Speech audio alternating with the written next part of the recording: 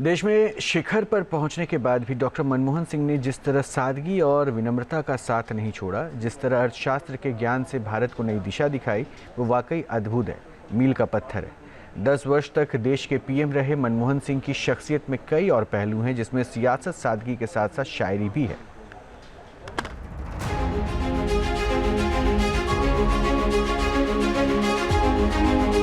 मिस्र, यूनान और रोमा कायम है अब तक, लेकिन कायम है अब तक नामो निशान हमारा। कुछ बात है कि हस्ती मिटती नहीं हमारी, सदियों रहा है दुश्मन दौरे ज़माना। वाकई डॉक्टर मनमोहन सिंह की शख्सियत ऐसी थी जिनकी खामोशी भी बोलती थी। कम बोलते थे, मगर जब बोलते थे तो उसमें शायरी के अल्फाज ऐसे गढ़ देते थे जिसकी धमक तेज तर्रार बयानों से कहीं ज्यादा दूर तक सुनाई देती, हमेशा गूंजती रहती।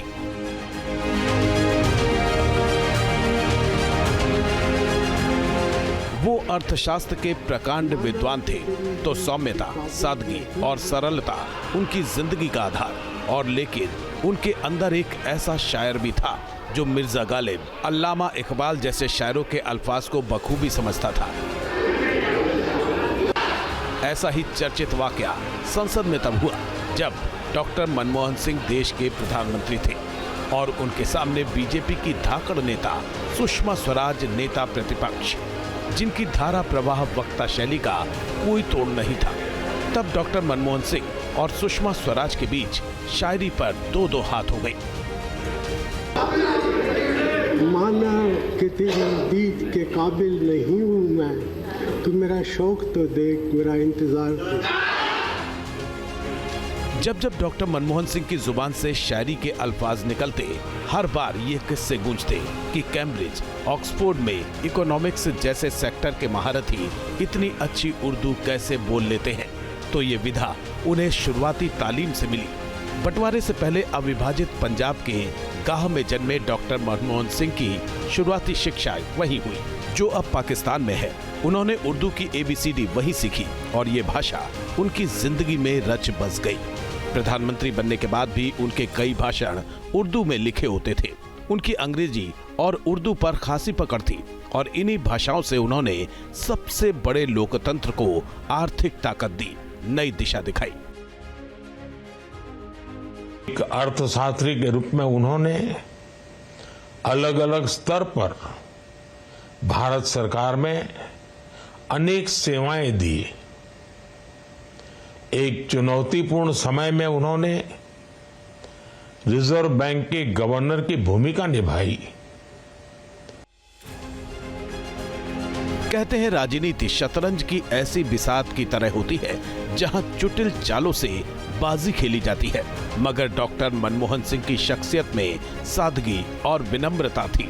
वो राजनीतिक इच्छा शक्ति के धनी थे।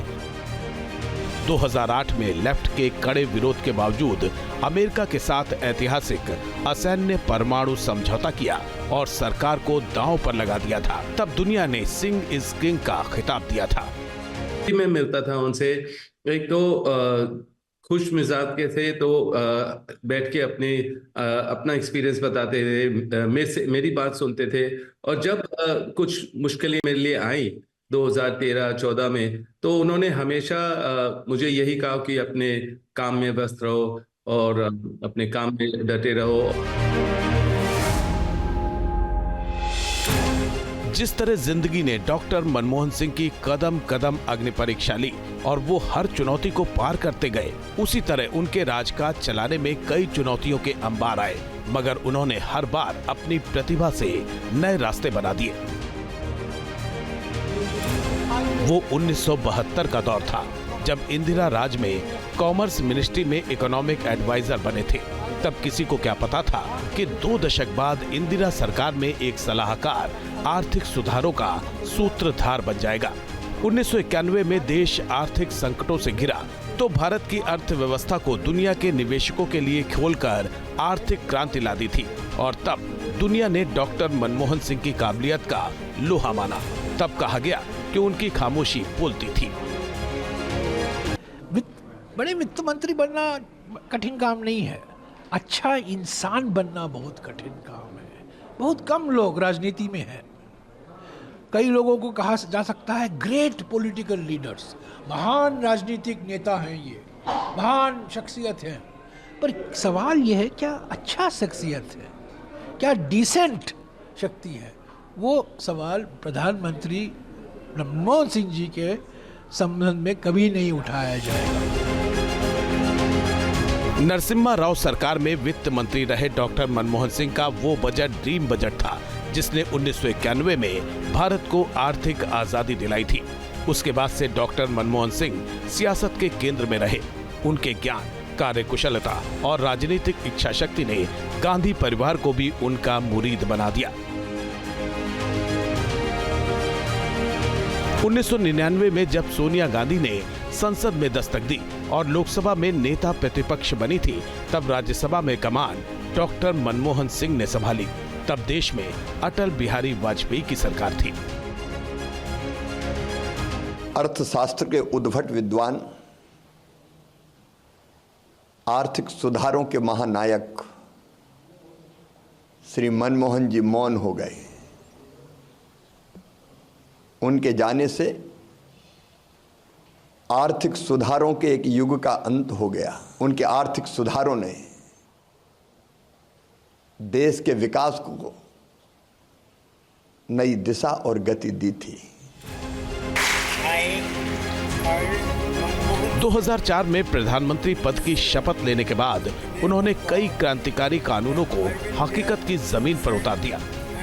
मनरेगा, आधार कार्ड, सूचना का अधिकार, राष्ट्रीय ग्रामीण स्वास्थ्य मिशन जैसी योजनाएं शुरू की, जिसने देश को नई दिशा दिखा दी। Team News nation.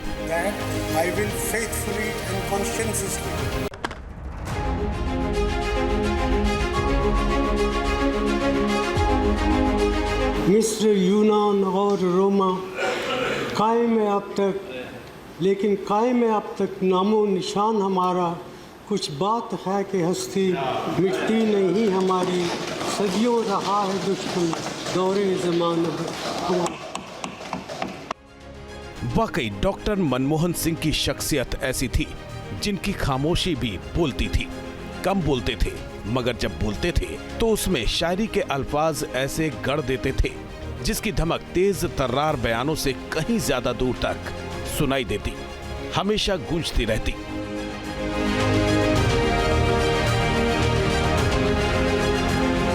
वो अर्थशास्त्र के प्रकांड विद्वान थे, तो सौम्यता, सादगी और सरलता उनकी जिंदगी का आधार। और लेकिन उनके अंदर एक ऐसा शायर भी था जो मिर्जा गालिब, अल्लामा इकबाल जैसे शायरों के अल्फाज को बखूबी समझता था। ऐसा ही चर्चित वाकया संसद में तब हुआ जब डॉक्टर मनमोहन सिंह देश के प्रधानमंत्री थे और उनके सामने बीजेपी की धाकड़ नेता सुषमा स्वराज नेता प्रतिपक्ष, जिनकी धारा प्रवाह वक्ता शैली का कोई तोड़ नहीं था।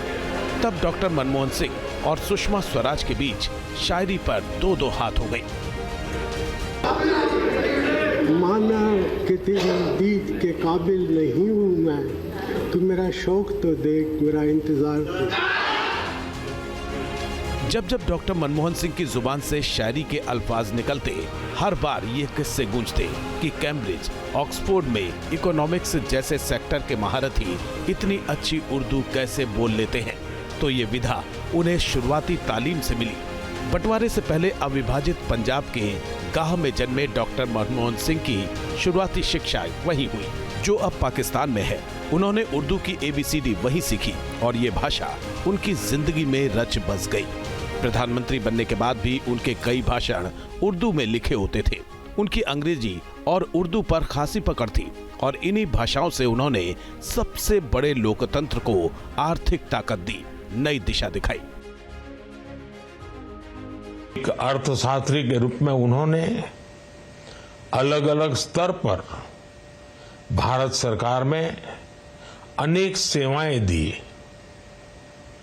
एक चुनौतीपूर्ण समय में उन्होंने रिजर्व बैंक के गवर्नर की भूमिका निभाई।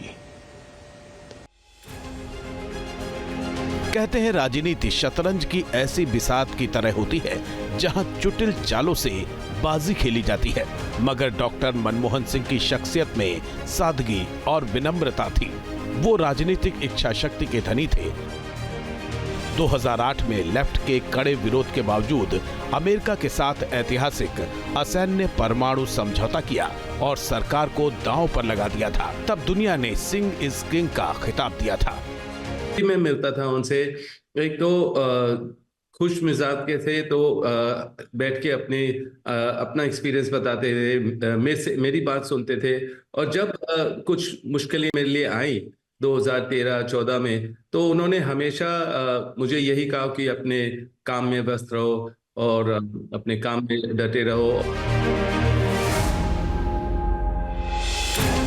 जिस तरह जिंदगी ने डॉक्टर मनमोहन सिंह की कदम कदम अग्नि परीक्षा ली और वो हर चुनौती को पार करते गए, उसी तरह उनके राजकाज चलाने में कई चुनौतियों के अंबार आए, मगर उन्होंने हर बार अपनी प्रतिभा से नए रास्ते बना दिए। वो 1972 का दौर था जब इंदिरा राज में कॉमर्स मिनिस्ट्री में इकोनॉमिक एडवाइजर बने थे। तब किसी को क्या पता था कि 2 दशक बाद इंदिरा सरकार में एक सलाहकार आर्थिक सुधारों का सूत्रधार बन जाएगा।